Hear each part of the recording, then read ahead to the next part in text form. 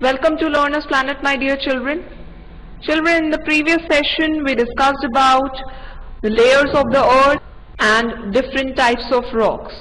So in this session we will discuss about another type of rock, that is sedimentary rocks.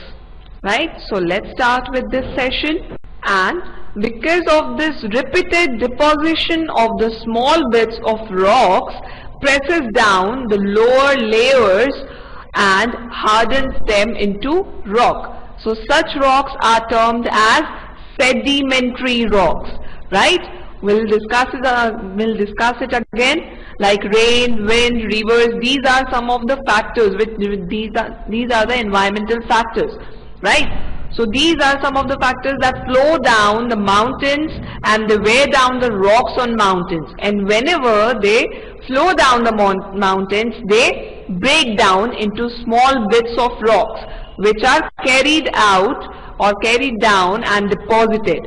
And because of this repeated deposition for years and years, it goes down.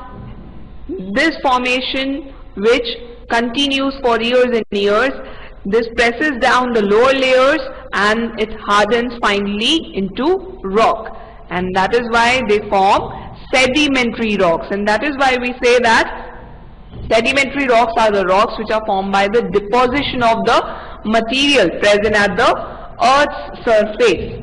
Right? So always remember that sedimentary rocks are always formed in layers. They cover 3/4 of the earth's surface, although they make up less than 5% of the total of earth's rocks, because most of the earth's rocks are made up of igneous rocks, right? And rest of the surface of the earth is formed of sedimentary rocks, right? And some of the percentage of earth form metamorphic rocks, right? So these, out of this, now 100%, 95% is formed of igneous rocks, and rest of the earth's surface, they make up even less than 5% of the total of the earth's rocks.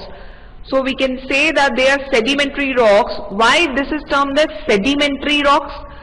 Why, children? Have you ever gave a thought? This is because sedimentation is the collective name for the process that cause the mineral particles to settle down, or we can say that the small bits of rocks or small particles which settle down, which gets deposited, right? So particles that form a sedimentary rock are formed by accumulation, and this accumulation are called as sediments, right? So whenever these sediments are formed because of the rocks, this is termed as sedimentary rocks, right? That is why they are termed as sedimentary rocks. So as they are termed as sedimentary rocks, you can just imagine that where these rocks can be used. Let's see the use of these sedimentary rocks. Yes, these rocks are used in the construction of roads, houses, tunnels, canals, etc. Right? And we will now discuss about some of the examples of sedimentary rocks. So let's start with the first example. Yes, limestone. Limestone is a rock with fine grains that are quite soft. As you can see here in this picture, this is a picture of a limestone which is somewhat light in color, and it contains the mineral called as calcium, and it also contains tiny bits of the animal shells, right, which is made up of limestone, right? It is used, and that is why, because of this property of being a rock with fine grains and being very soft, it is used in making many things such as lime, paper, linoleum, then cement, and even chewing gum, right? You must be thinking that how it can be used in chewing gum, because it is very soft. That is why it is used in chewing gum, right? So it has a gum-like property, or it is very soft. And many sedimentary rocks are formed like this way only, right? So limestone is one such example. Alright, let's move on to another example. Yes, another example is sandstone. It is also a soft stone that is formed of sand particles which are deposited close together. As you know that sedimentary rocks are formed by the deposition, right? So this is also one such example, but it is a soft stone that is formed of sand particles. As you know that sand particles are very small, and when they deposit close together it forms a soft stone known as sandstone. So this is one such picture of a sandstone, and this is a very beautiful example of sandstone, because many of the India's famous old buildings, such as this kind of building. What is this? This is a Red Fort which is in Delhi, and many such places in Rajasthan are also made up of sandstone. So this is one such beautiful fine structure or beautiful example of a red sandstone. In Red Fort, red sandstone has been used. They are also available in many other colors, right? So this is one such example of sedimentary rocks. Let's move on to another example. Yes, another one is conglomerate. This rock has rounded stones such as pebbles, gravel, and even boulders cemented together into a mass. As you can see here in this picture, and you can imagine that this rock has rounded stones. Can you see some of the pebbles or gravel? And they are combined together, they are cemented together, and the mass which is formed is known as conglomerate. So it has coarse grains and it can withstand weathering because it has pebbles and gravel like substances present, right?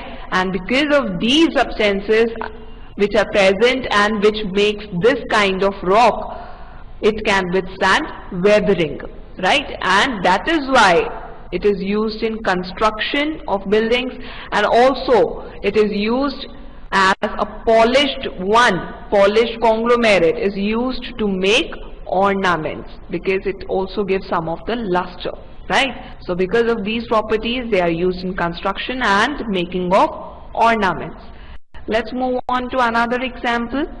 It is shale. Shale is also made up of solidified clay, and it comes apart in thin layers. As you can see here in this picture, this is a picture of a shale, and because of this because of it is made up of solidified clay, and because of this property it is used in making bricks and cement, right?